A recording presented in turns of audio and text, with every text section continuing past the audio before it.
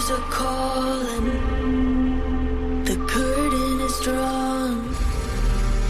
How far we have fallen, I'm out on the run. Live in the violence, die by the sword. Deep in the fire, that's where darkness is born.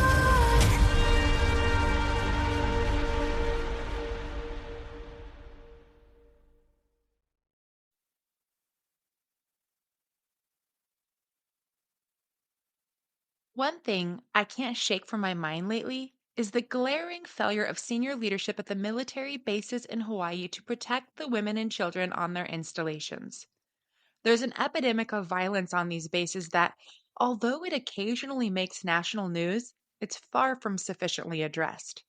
I spoke on a recent episode about how I knew of 4 different wives who'd been murdered at Hawaii bases in the last few years.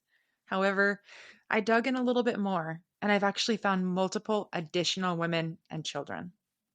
To the women living on these Hawaiian bases, I'm deeply concerned for your safety.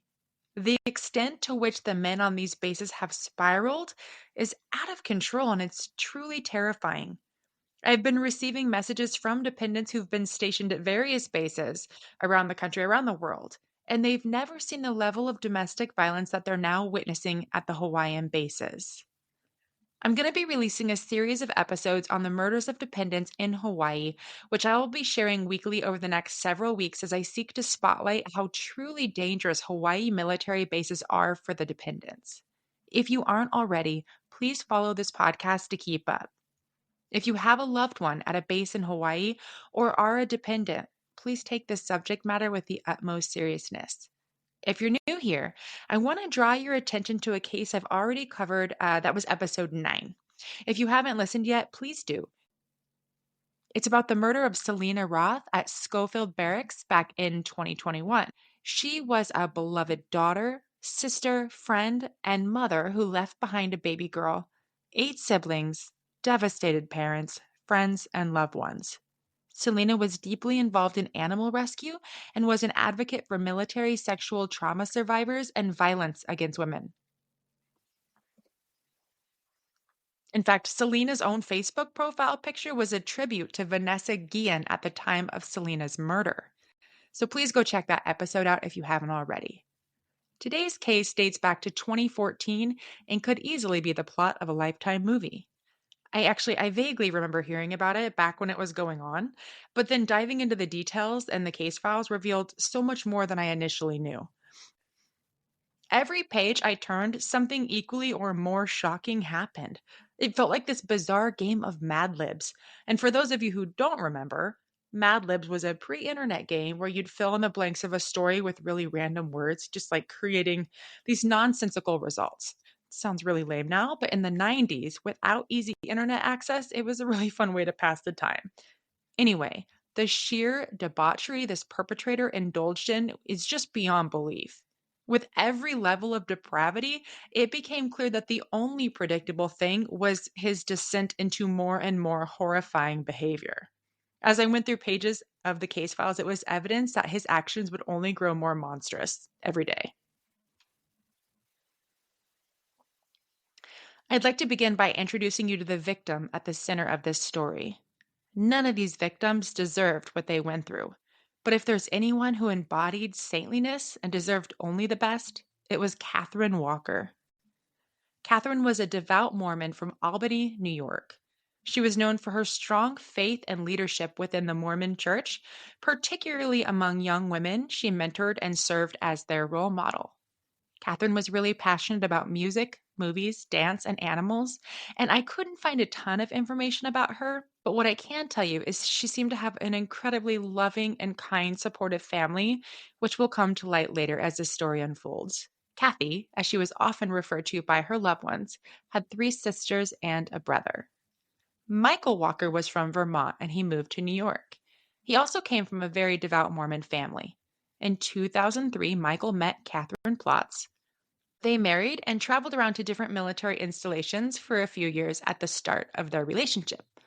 Ultimately, their PCS to Hawaii in July of 2013, where Catherine would lead the local Mormon church's Young Women's chapter, and Michael would be a big part of the men's youth group and led the Boy Scouts there.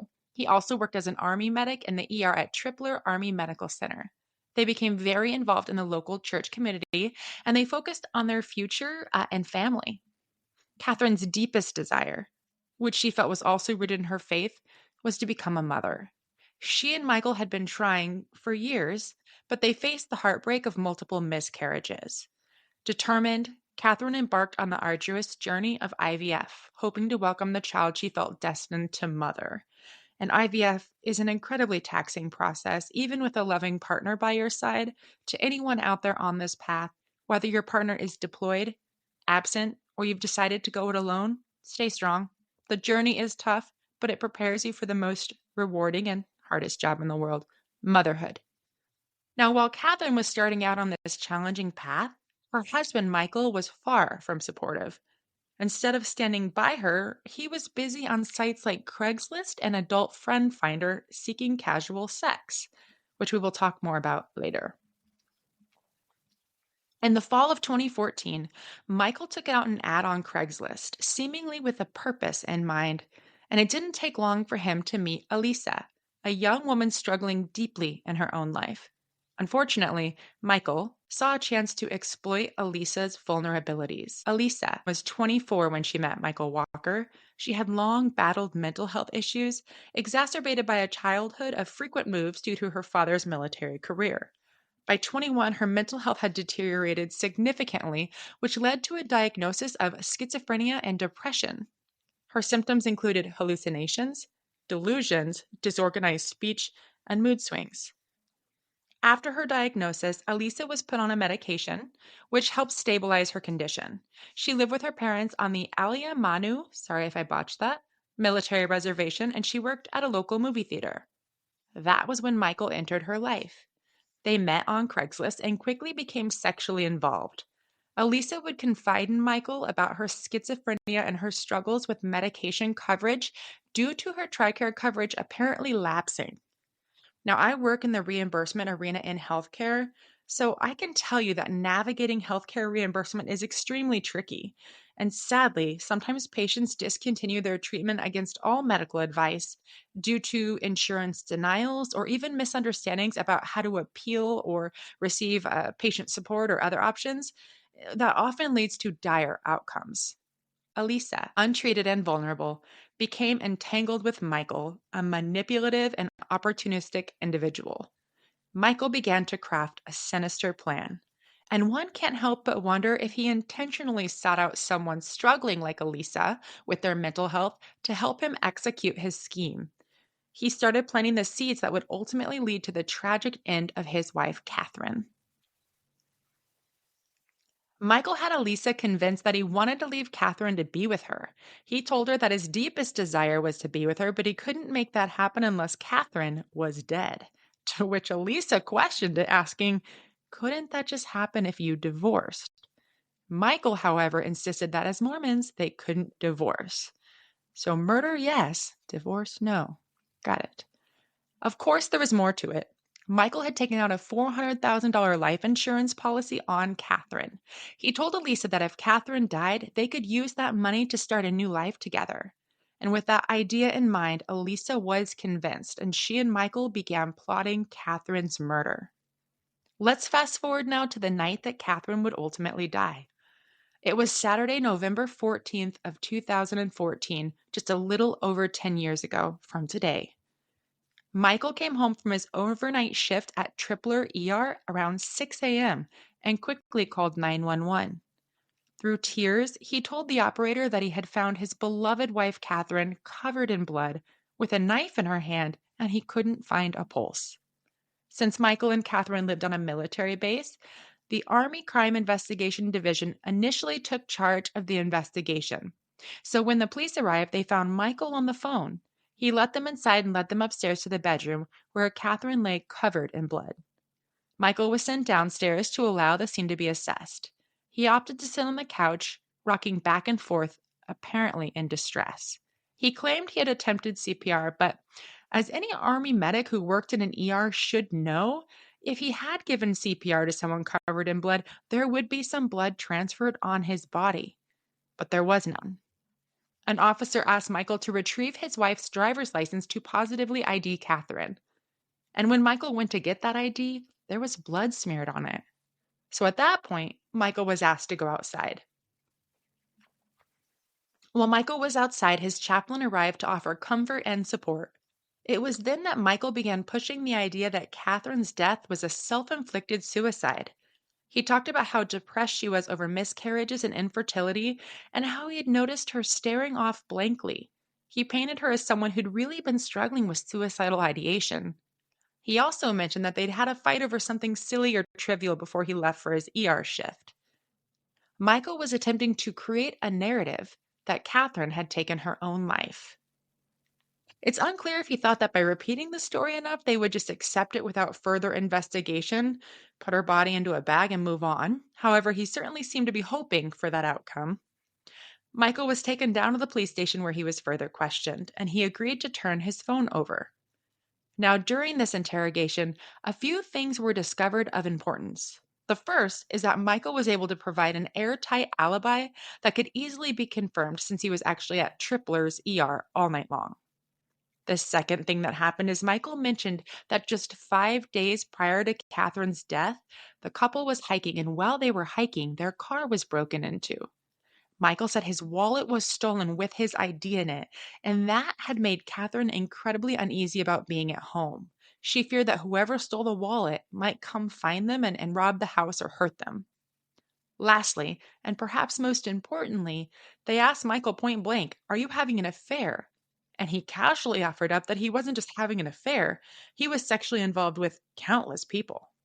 Michael would confess to the police that he had a sex addiction, that the different people he slept with were all just that, sex.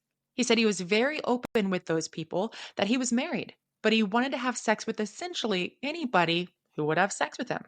He also disclosed that he would bring those sex partners over to his and Catherine's home while she was out of town. Shitty. Michael also admitted that he often had sex with men and that he also accepted money for it.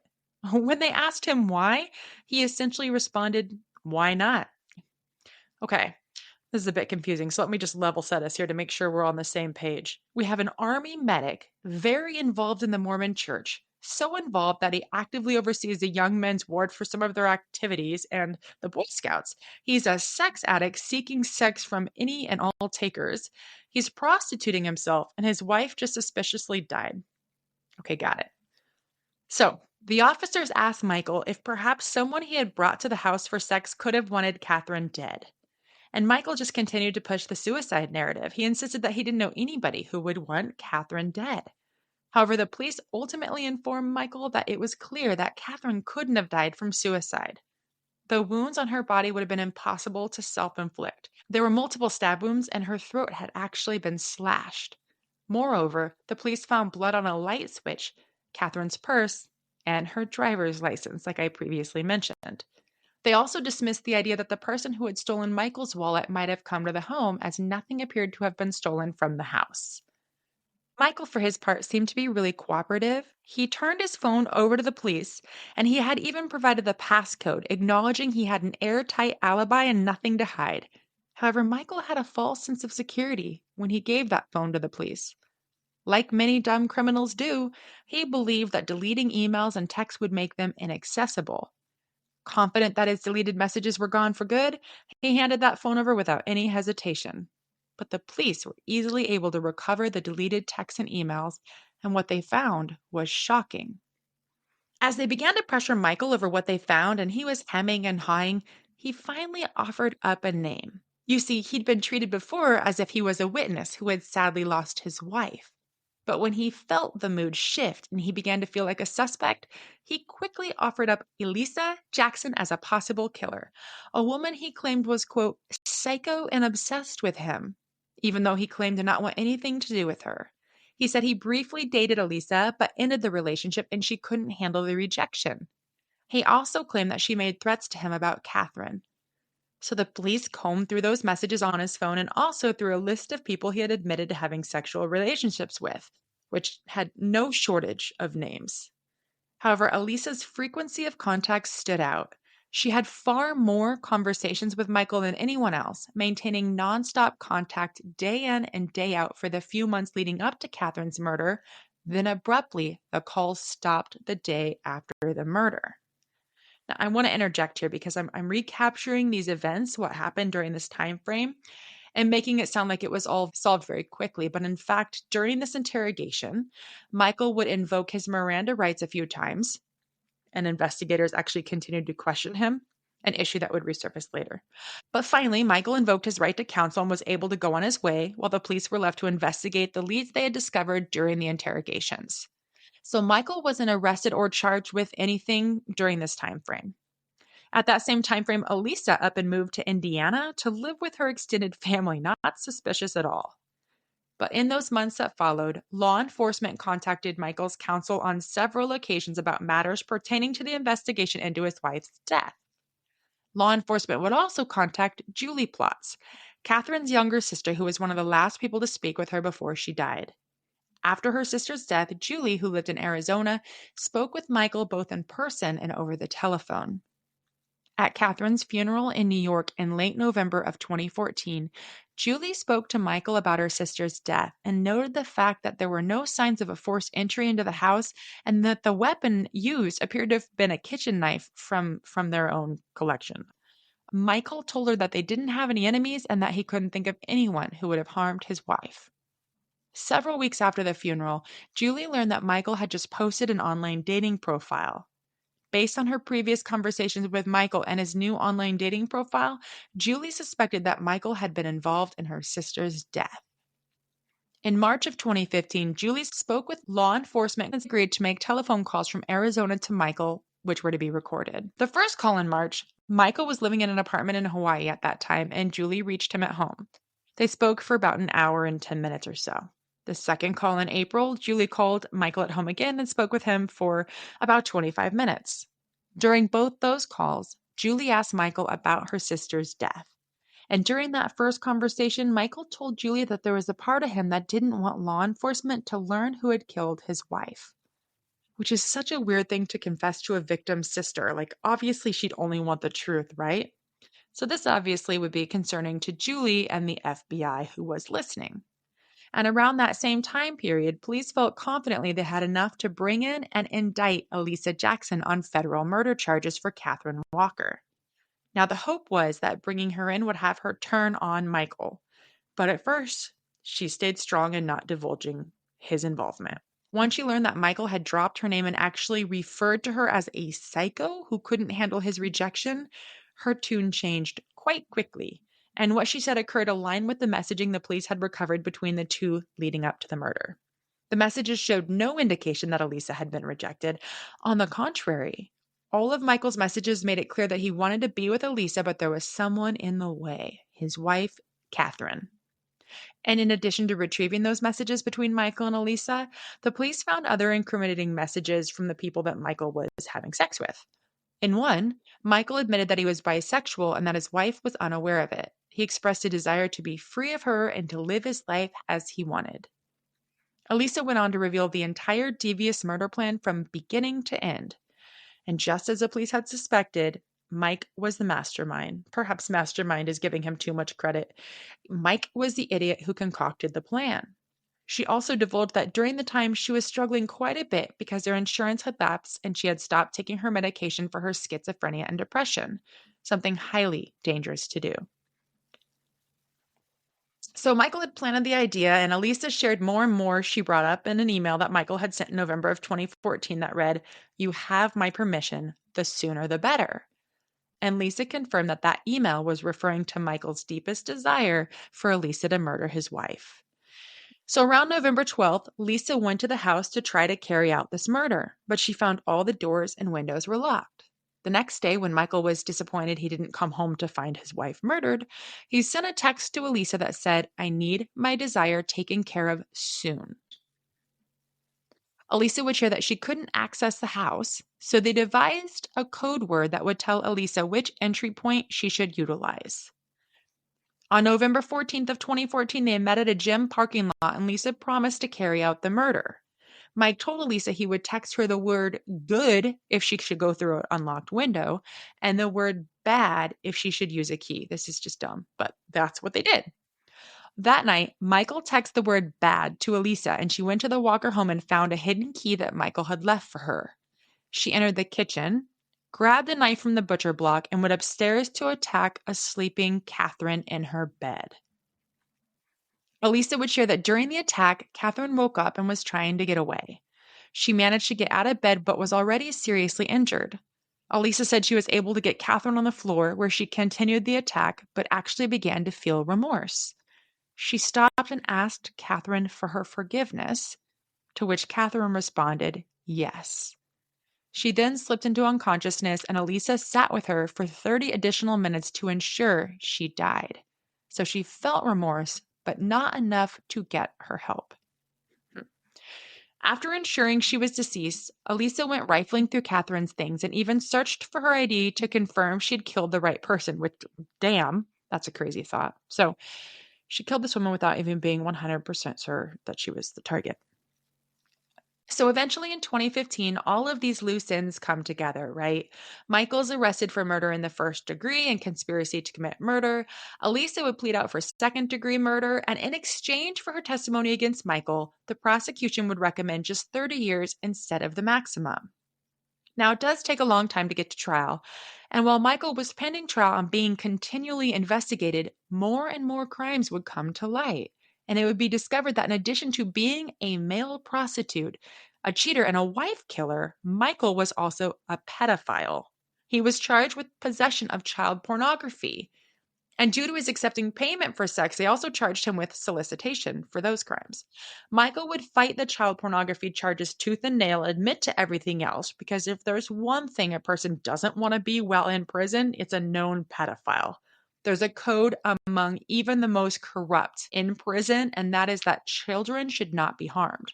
So very often, pedophiles will incur a little prison justice. And I gotta say, I love that for Michael.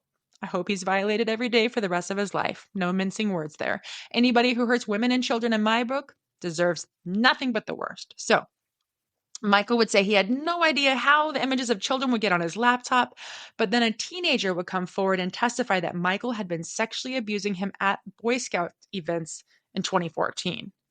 Then Michael was also charged with assault by battery and communicating threats to that little boy. And Michael, as I mentioned earlier, was heavily involved in youth group for young men at his church and led the Boy Scouts. So I've got to wonder how many little boys didn't come forward. So the court trial would be kind of a mess. There were questions over some of the interrogations that went on and had they gone on after Michael asked for a lawyer. And it caused the family and everyone involved unnecessary time and trauma being dragged in and out of court. But ultimately, both Elisa and Michael were charged. Now, Catherine's family, for their part, far better people than me. They stood in court and openly forgave Elisa, and they said they believed that Catherine meant that she forgave her when she was dying as well. They asked the court to impose the minimum possible sentence for Elisa. And I believe this is because Elisa's mental illness and lack of treatment during the murders were all well documented. So I can empathize with that aspect, that she was essentially a pawn of Michael's. Apparently, by trial, she was medicated and able to understand the impact of her actions, and she did apologize to the family and ask for their forgiveness. So while I do empathize with her for her mental health, I also worry about a minimized sentence for a person like her because she was so easily influenced. Who's to say that couldn't happen again down the road? And I should add that Michael Walker was sentenced to life in prison, or actually 35 years, which I think is not nearly long enough for plotting out and having his innocent, sweet wife murdered for no reason other than he was a selfish sociopath and also a pedophile. So that's enough about that guy. May he rot in jail.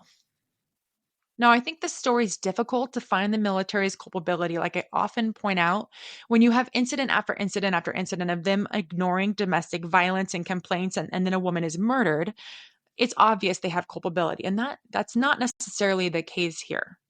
But I think the military has a duty to help its dependents liaise into civilian care once they age out of TRICARE. So if they're an active duty dependent and they turn 21, I believe if they're not going to college, that's when they lose their coverage. If they're going to college, it's 23. I believe if they have any disabilities, it can be older, sometimes 26. I do not know Elisa's personal story of why or how she aged out of TRICARE. What I do know, and one of my major issues with the military, is that their lack of support for dependents and veterans once they're out of active duty or once they move off base is not great. A lot of them are just dropped. The wives who lose coverage after they divorce, there are continual plans that they can get on, but no one is aware of how you transition to that or understand that. It's not well put out there, right? I had no idea what to do. I lost my coverage. I was just no coverage. I didn't know there was a continuation plan. More than that, I couldn't get on base, and I was terrified to go to the base. I remember at one point I needed medication, and I couldn't get it. And when I showed up there and didn't have my military ID because of my ex-husband, the police showed up and were trying to escort me off. And I'm like, I just need my medication. I have bronchitis. I'm so sick. I need to get it. And they treated me like an absolute criminal. So accessing family advocacy, accessing these programs that they may or may not have once you are no longer with the active duty person is really, really hard. And I've heard several wives and dependents say once they were no longer like in cahoots with a military person, they were as good as dead to the military. They were as good, they were done. Washed their hands of them. They didn't care what happened to them. Well, Elisa wasn't a veteran. She was a dependent of one who needed ongoing care. And the military had a duty once she stopped her care for schizophrenia to ensure that she had coverage or a plan. And there are numerous programs they could have linked her to help her, state plans and other plans. And I just know from personal experience, I was just dropped like a rock. So the military needs to do better for people getting them continual care after they're no longer with an active duty member and for veterans who are no longer active duty. Being in the reimbursement world, I just see veterans get discarded like trash, and it's terrible and it's disgusting. Now, if Michael did have sex addiction and other addictions and was a pedophile, I find it hard to believe he didn't do anything inappropriate at work, and I would challenge the military to better audit their employees' mental health on a regular basis. Had the military taken care of Alisa Jackson through her transition off of TRICARE and had more stringent audits of Michael's mental health, this murder most likely never would have happened. Now, this is just one incident, one horrific incident that contributes to a patchwork of a much bigger issue this military has, and a clear-cut pattern of not only not caring for veterans, but not caring for the dependents, the women, and the children, and they're dying. Join me next week as I dive into another case from Hawaii where a lack of addressing the dire and out of control issues at the base will find 2 more people dead in Hawaii. And I want to urge you, if you're trying to get out, please be safe. Please remember what I always say: use a safe phone to research. Don't tell your abuser you're trying to leave. Don't go meet him for one last conversation. Don't tell them your plans. The best predictor of the future is the past. Please, please, please take care and be safe. If you want to help me get word out there that we need better resources and support for military spouses and veterans, please share my podcast. And please write a written review and rate me on Apple Podcasts, Spotify, Castbox, or wherever you listen. Thank you so much. Take care.